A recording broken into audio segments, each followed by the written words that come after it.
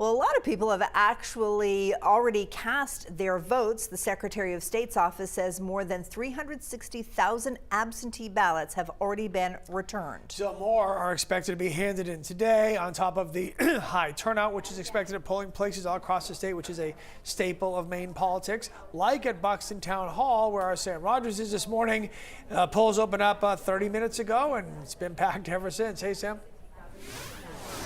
Yeah, Lee and Sharon, good morning, everyone. This is what the scene has been like here in Buxton since 6 o'clock when the polls here in this town opened. We've seen dozens of voters already coming in line to cast their ballots, and we just want to give a little quick rundown of what's going on here. And you probably expect to see very similar scenes in your polling place. As you can see, folks are being sorted by last name to check in with the clerk, make sure that they're registered, and get all the statewide, federal, and local ballots. Then folks will make their way over to the actual voting locations. Those are separated by the dividers. We have seen a steady flow of voters coming in since really before 6 a.m. I just spoke with the town clerk here in Buxton. He says these lines and this turnout is pretty typical early in the morning for presidential elections.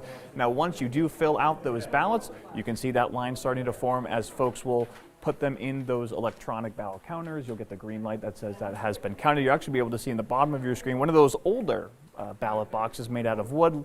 Luckily, we use the electronic versions now. Just some quick head up reminders that I've heard from clerks across our state. They have been seeing it's taking voters a little bit longer to fill in those ballots when they want to go vote early in person absentee, just with all the referendum and ballot questions. Of course, with the presidential and congressional races in our state, they are telling people to take some extra time and budget for that extra time if you are voting in person today. And of course, one of the biggest races that we have been following for weeks, if not months, is the race for Congress in Maine's 2nd Congressional District. Republican challenger Austin Terrio looking to unseat Democratic incumbent Jared Golden. Now, national outlets have said that this could be a race that could decide the fate of the U.S. House of Representatives, which has been controlled by the Republican Party by a few seat margin. So if Terrio is able to flip that seat, then we could see the House stay in the Republican control. Of course, Democrats want Jared Golden to retain his seat.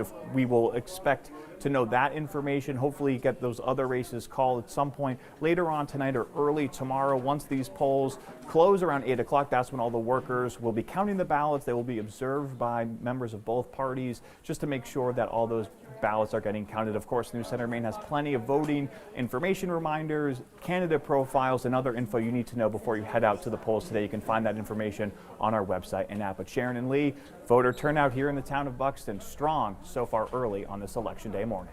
All right, Sam Rogers live in Buxton.